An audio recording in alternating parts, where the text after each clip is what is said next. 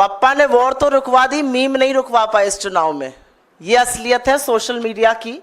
और मैं कुछ आंकड़ों से बात कर देती हूँ। आंकड़े मुझे बेहद पसंद हैं और आंकड़े कभी झुठलाए नहीं जाते। ये पब्लिकली अवेलेबल डेटा है, आप में से कोई भी चाहिए हमारे स्टैट्स को या थर्ड पार्टी टूल को यूज करके बीजेपी के स्टैटिस्टिक्स को देख लीजिएगा।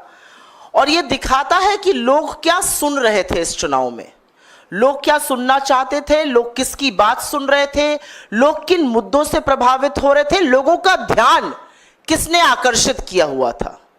मैं आपको पहले डेटा देती हूं YouTube का, क्योंकि मेरा मानना है और तमाम लोगों का भी मानना है कि सोशल मीडिया के जितने भी प्लेटफॉर्म्स थे उसमें सबसे जरूरी प्लेटफॉर्म इस बार YouTube था, क्योंकि वीडियो की बहुत खपत थी और YouTube जिस तरह से गूगल लोडेड आता है बहुत ज्यादा प्रचलित था।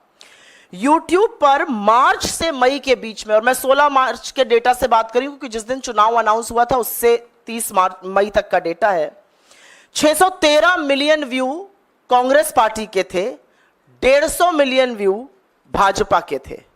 तो कहीं ना कहीं YouTube पर भी लोग हमारी बात सुन रहे थे, हमारे नेताओं को सुन रहे थे, हमारी रैलियों को सुन रहे थे, हमारी प्रेस कॉन्फ्रेंस को सुन रहे थे। इसमें एक बड़ा इंटरेस्टिंग डेटा यह है, और YouTube का डेटा देने के पहले मैं एक और डेटा दे देती हूं, इंस्टाग्राम का डेटा। इंस्टाग्राम को बड़ा यूथ फ्रेंडली माना जाता है, ज्यादातर यूजर्स जो होते हैं वो यंग होते हैं। इंस्टाग्राम पे हमारी एवरेज लाइक 1,21,000, बीजेपी की एवरेज लाइक 26,945। यह दिखाता है आपको कि डेली फॉलोअर जब हमारे 33,000 बढ़ रहे थे तो बीजेपी के 5,300 बढ़ रहे थे। तो कहीं ना कहीं जो युवा देश है, जो यंग है, जो इस चुनाव का निर्धारण करेंगे, जो निर्णय करेंगे कि सरकार किसकी बनेगी, वो कांग्रेस की बात सुन रहा था, कांग्रेस के नेताओं की बात सुन रहा था, कांग्रेस का नैरेटिव सुन रहा था, कांग्रेस के उठाए मुद्दों की बात सुन रहा था। और यही नहीं, YouTube पर भी जो 53% हमारे यूजर्स हैं वो 34 वर्ष से आयु में कम है। हमने करीब 350 से ज्यादा रैली, प्रेस कॉन्फ्रेंसेस और स्पेशल इवेंट्स लाइव किए। हमारे इंप्रेशंस ट्विटर पे जबरदस्त उसमें बढ़त हुई। एवरेज लाइक हमारे ट्विटर पे बीजेपी से कई गुना ज्यादा है। यही स्टोरी फेसबुक की है, यही स्टोरी यूट्यूब की है, यही स्टोरी इंस्टाग्राम की है। लेकिन यह स्टोरी क्यों है? और मुझे लगता है जयराम जी ने और पवन जी ने इसका एक आपको लेखा जोखा दे दिया है। सोशल मीडिया कोई दूसरे प्लैनेट पर चलने वाला जीव जंतु नहीं है।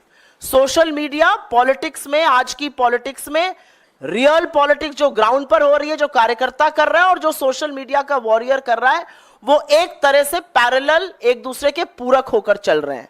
और इसीलिए क्योंकि हम मुद्दों पर अड़े रहे, क्योंकि कांग्रेस के प्लेटफॉर्म्स पर लोगों को अपने मतलब की बात, अपना रोजगार, अपनी महंगाई कम, अपनी गरीबी, अपनी गिनती की बात सुनाई दे रही थी, इसलिए लोग हमसे ज्यादा एंगेज हुए।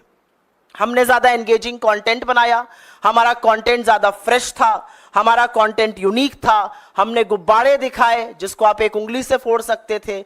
हमने महिलाएं दिखाई जिन्होंने कहा कि दिन भर व्हाट्सएप पढ़ पढ़ के जिस सरकार को बनाया है उसको हटाना है।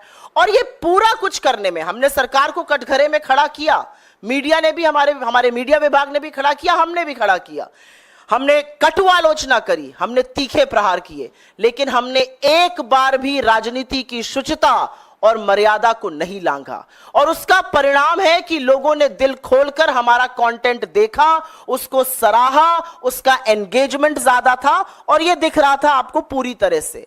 एक बड़ी विचित्र बात थी, अगर आप कांग्रेस के किसी भी सोशल मीडिया प्लेटफॉर्म पर जाते, कांग्रेस के किसी नेता के प्लेटफॉर्म पर जाते, पवन जी पर जाते, मुझ पर जाते, जयराम जी पर जाते, राहुल जी के पे भी जाते, तो वहां पर आपको आम जनता की आवाज जरूर दिख रही थी। 4-5 दिन के कंटेंट हम आम जनता की आवाज लगाते थे।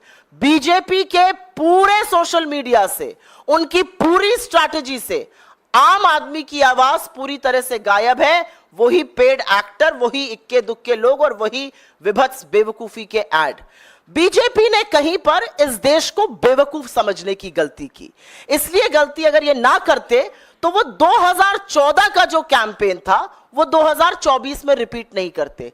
कोई फ्रेशनेस नहीं, आपने एक एक्टर हायर कर लिया, उसको किसी राजनेता जैसा लगा दिया, उससे बेवकूफी के बयान आप कहलवाते जा रहे हैं। ये बहुत बोर हो चुकी है जनता। एंगेजमेंट दिखाता है कि जनता क्या सराह रही है और क्या नहीं। ऐसे भी दिन हमने देखे जब गृह मंत्री को 4 लोग सुन रहे थे, मोदी जी को 400 लोग बीजेपी के प्लेटफॉर्म पर सुन रहे थे, और 4-4 लाख से 40 लाख लोग हमारे नेताओं को यूट्यूब प्लेटफॉर्म्स पे सुन रहे थे। हमने रियल टाइम फैक्ट चेक किया, बखिया उधेड़ी, कलई खोली बीजेपी के और मोदी जी के हर झूठ की। लेकिन हां, मैं यहां पर पूरी तरह से धन्यवाद, साधुवाद देना चाहती हूं अपनी लीडरशिप का। हमारे अध्यक्ष राहुल जी, प्रियंका जी, सब लोग, जयराम जी, हम लोग मुद्दों पर डटे रहे। हम बिल्कुल भी डिस्ट्रैक्ट नहीं हुए। हमारा मुद्दा महंगाई था, बेरोजगारी था, आर्थिक असमानता था, महिला सुरक्षा था, बदहाल किसान था, मजदूर जो मजबूर है वो था, और हमारा इशू था हाशिए पर जो लोग हैं वो मुख्य धारा में आए। क्योंकि हमने वो बात करी, लोगों ने हमारी बात सुनी। असलियत यह है कि मोदी जी मंगलसूत्र और मुजरे की बात कर रहे थे, राहुल गांधी अग्निवीर और किसान की बात कर रहे थे। मोदी जी अपने परमात्मा होने का प्रूफ दे रहे थे दुनिया को। राहुल जी पूछ रहे थे कि पोर्श से अगर एक लड़के से एक्सीडेंट हो जाता है, उसको 300 शब्दों का निबंध लिख के छोड़ दिया जाता है। कोई ड्राइवर से होता है तो उसको 10 साल के लिए जेल में क्यों डाल दिया जाता है।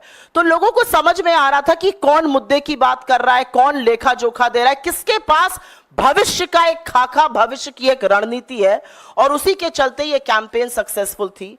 तमाम जगहों से सराहना आई, लेकिन सबसे ज्यादा सराहना जब आप फील्ड पर जाते हैं, जब लोग आपसे मिलते हैं और लोग आपका कंटेंट आपको कोट करते हैं, वो सबसे बड़ी सराहना होती है। मेरा अपना मानना है कि पूरी टीम ने मिलकर काम किया, social media department, media department, हमारा वॉर रूम, राहुल जी की जो कम्युनिकेशन टीम है, हम सब ने मिलकर काम किया और एक अच्छा नैरेटिव तय किया। और असलियत यह है कि 2024 के चुनाव का नैरेटिव कांग्रेस पार्टी ने, कांग्रेस की लीडरशिप ने तय किया और मजबूर किया मोदी जी को, और उसी से घबराकर, उसी से बौखलाकर वो उल जलूल बात करने लगे। लेकिन ये देश जो बेरोजगारी से, महंगाई से, आर्थिक असमानता से जूझ रहा है, ये बिल्कुल मूड में नहीं था आपकी बात सुनने के लिए। इसके पास आपके जुमलों के लिए वक्त नहीं है। इस देश ने बड़े तरीके से वोट डालकर अपना मत दे दिया है। मैं आज ही उत्तर प्रदेश से लौटी हूं और पुनः वापस जा रही हूं अपना वोट डालने, और दावे के साथ कह सकती हूं, चौंकाने वाले प्रमाण आपको, जिसको तथाकथित बीजेपी का गढ़ कहा जाता है, वहां से आने वाले हैं। और इसलिए आ रहे हैं क्योंकि लोगों को एक उम्मीद, लोगों को एक भरोसा, लोगों को एक आशा हो चुकी है हमारा प्रचार प्रसार, हमारा कैंपेन, हमारी लीडरशिप की बात सुनकर, कि एक नेता सामने ऐसा है जो आंख में आंख डालकर आपसे सच बात कर रहा है, जिसको स्क्रिप्टेड इंटरव्यूज की, जिसको धनबल की, जिसको एजेंसी की, जिसको 80-80 इंटरव्यू की जरूरत नहीं है। वो सीधे आपसे बात कर रहा है। उसने एक भी इंटरव्यू नहीं किया, 80 इंटरव्यू साहब ने किए, एक भी नैरेटिव नहीं बना पाए। नैरेटिव बनाना तो दूर, अपनी मिट्टी पलीद खूब की, अपने आप को अजीबोगरीब बातें कहकर, गरीब हो जाए सब क्या कहकर, परमात्मा का स्वरूप बनाकर, मुजरे की बात करके, लोगों के सवालों को कचड़ा कहकर। मेरा अपना मानना है कि जनता ने मन बना लिया है, और एक पूरी टीम की तरह हम जो हासिल कर पाए प्रचार प्रसार के माध्यम से बहुत अच्छा था। और मुझे पूरी आशा और विश्वास है कि 4 जून को यह परिणाम में तब्दील होता हुआ जरूर दिखेगा।